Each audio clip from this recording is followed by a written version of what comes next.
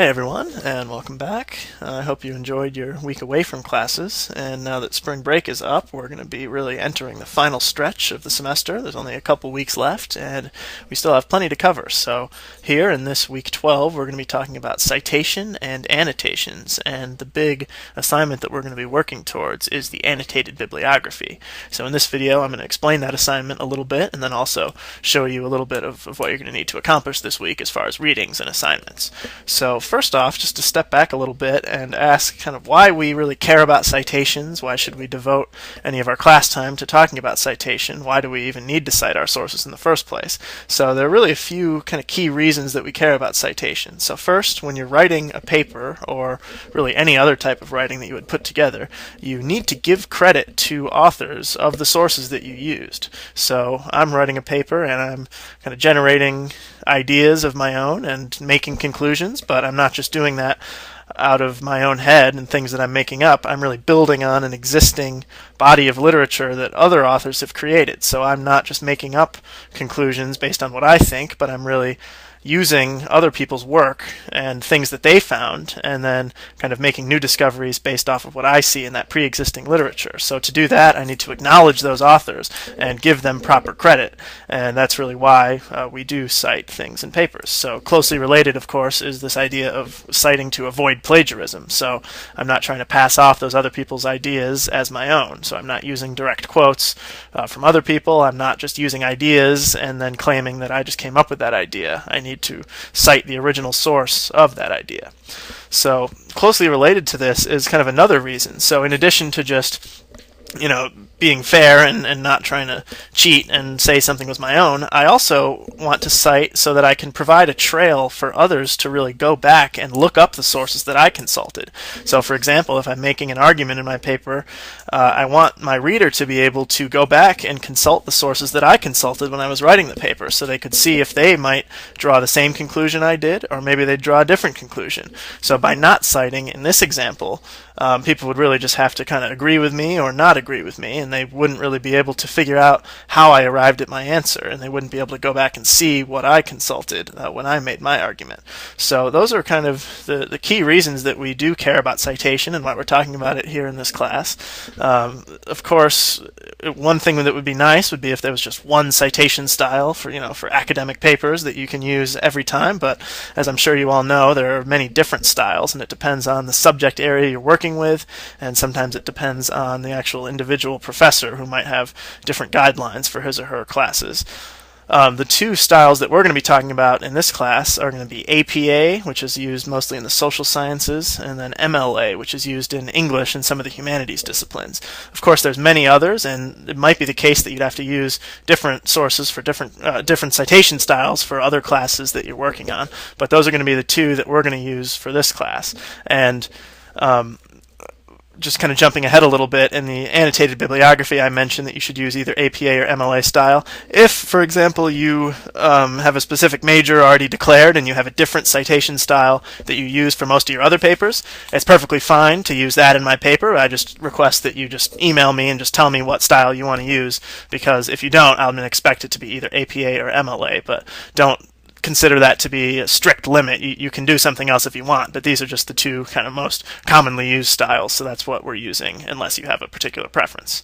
So just, I guess, to show you a little bit more about that assignment, you'll see in the assignments and homework section of week 12, I have the complete instructions and the grading rubric. So be sure to give this a careful read to see what to expect for this annotated bibliography, what types of sources you need to use. I have an example of an annotation, and then the annotation would be here, and then the citation here is an MLA style. So a couple tips here, and you'll notice that there are really two different mini assignments to make up this larger assignment. So you have a rough draft, which is going to be worth 20 points, and will be due at the end of week 13, which is going to be April 7th, is that Sunday. So it's a week from this Sunday. You need to have a rough draft done of this assignment, and you're going to be graded. It's going to be 20 points total, 10 for the annotations. For the citations, and then the annotations, you only need to actually do 4 of your sources for the rough draft, and the others you don't need to have them annotated for the rough draft. The final draft, of course, you will have to, and you can see here all the detailed point breakdown for those 80 points for the final draft. So be sure to give this a careful read and let me know if you have any questions. The rest of this week's materials, there are a few readings, so I want you to read this little handout about some places for finding statistics and government information, and you're going to use these for assignment 6 that I'm going to have you turn in this week. But I basically just wanted to show you kind of how to navigate these other readings. So the first one was Annotated Bibliography Guide. So that's just kind of a rough introduction to what is an annotated bibliography. So you should be asking yourself kind of, why are we doing this? What role does this type of thing play in the research process? Why would you want to do an annotated bibliography? So you can read this to get a little more context, and you can sort of see why I'm having you do this. I'd also like you to read the 2 other pages. So I mentioned read the example and samples pages on the left sidebar. So by those I mean these 2 links over here. So annotated bibliography example and some other samples, so you can see sources that other people have used, just to give you an idea of what an annotation can be. But of course, when you're doing these in your own project, remember that I've given you very specific guidelines for what I want in the first and second parts of your annotation and how long I want them to be. So there's no central definition for everyone, all over the place for what an annotated bibliography should be like. So these might not fit exactly into our course guidelines, but they're just meant to give you kind of a background and understanding of how these types of things are created.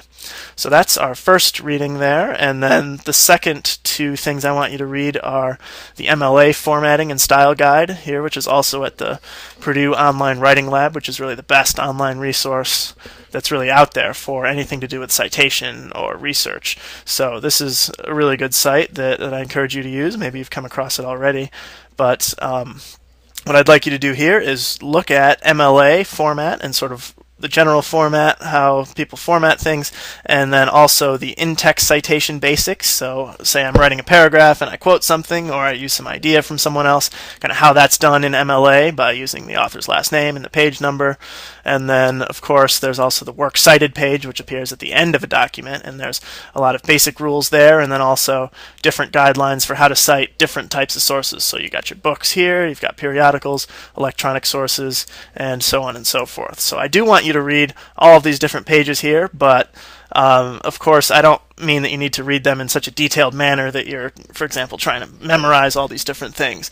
This isn't something that I expect you to commit to memory. That would be kind of a waste of your time and basically anyone's time, but it is important to kind of learn the differences between these different types of sources and sort of how these things are done. So as you're doing this, just get a good feel for how different types of sources are slightly different, but also how they still capture all the same information, like the original author and where the thing was published and when it was created. So basically just you're giving all the information that someone would need to trace back and actually find that source.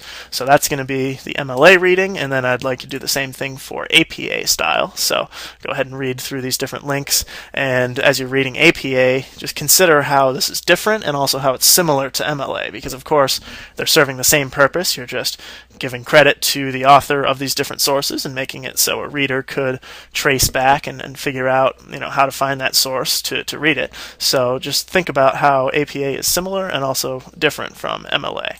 So those are our readings for this week, and you've got assignment 6, which is new research perspectives.